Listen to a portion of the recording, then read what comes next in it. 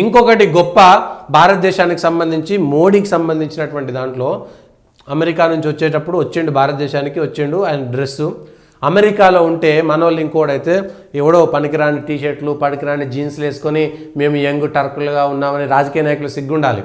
ఎవడైనా సరే అది ఏ పార్టీలో ఉన్నా సరే మన భారతీయ సాంప్రదాయం ప్రకారం ప్రతి దేశంలో ఈ దేశం ఎగినా ఎందుకు ఆల్రెడినా పొడరాని తల్లి భూమి భారతిని అన్నట్టుగా ఎక్కడ పోయినా మన సాంప్రదాయాలను ఘనంగా చూపించగలగాలి.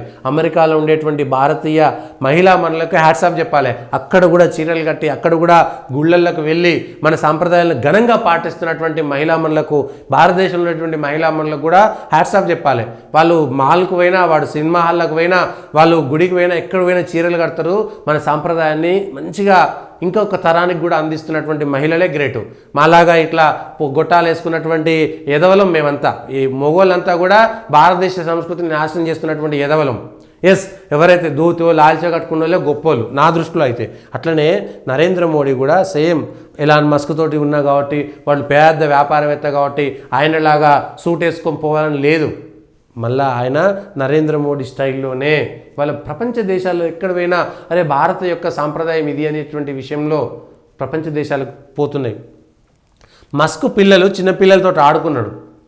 చిన్నపిల్లలతో ఆడుకొని ఆయనకి ఏమిచ్చిరు? విష్ణు శర్మ నీతి కథలు పంచతంత్ర మోడీ ఎలాన్ మస్క్ పిల్లలకి ఇచ్చింది. రవీంద్రనాథ్ ఠాగూర్ రాసిన క్రీసెంటిమును ది గ్రేట్ ఆర్కే నారాయణ కలెక్షన్స్ను కూడా అందించిండు. అక్కడ పోయి అమెరికాలో ఉన్నది ఏలే భారతదేశం యొక్క గొప్పతనాన్ని ఎలాన్ మస్క్ పిల్లలకు చెప్పిండు.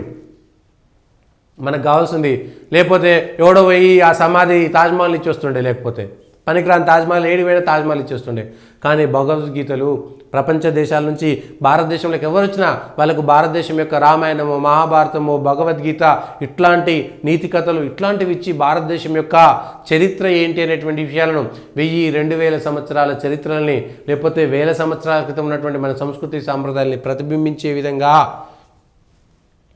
నరేంద్ర మోడీ సర్కార్ వచ్చిన తర్వాత గతంలో రాష్ట్రపతి భవన్లో ఎవరు వచ్చినా తాజ్మహల్ బొమ్మ ఇచ్చుడు అనేటువంటి సంప్రదాయాన్ని పక్కన పెట్టేసి, ఆ దరిద్రాన్ని పక్కన పెట్టేసి భారతదేశంలో ఉన్నటువంటి అత్యంత పురాతనమైనటువంటి సంస్కృతి సంప్రదాయాల్ని ప్రపంచ దేశాలకు చాటి చెబుతూ ఆయా దేశాల్లో చర్చలకు తావిస్తున్నటువంటి వ్యక్తులు, భారతదేశాన్ని పరిపాలిస్తున్నటువంటి వ్యక్తులు. ఎస్, దాన్ని చూసి మనం గర్వపడాలి.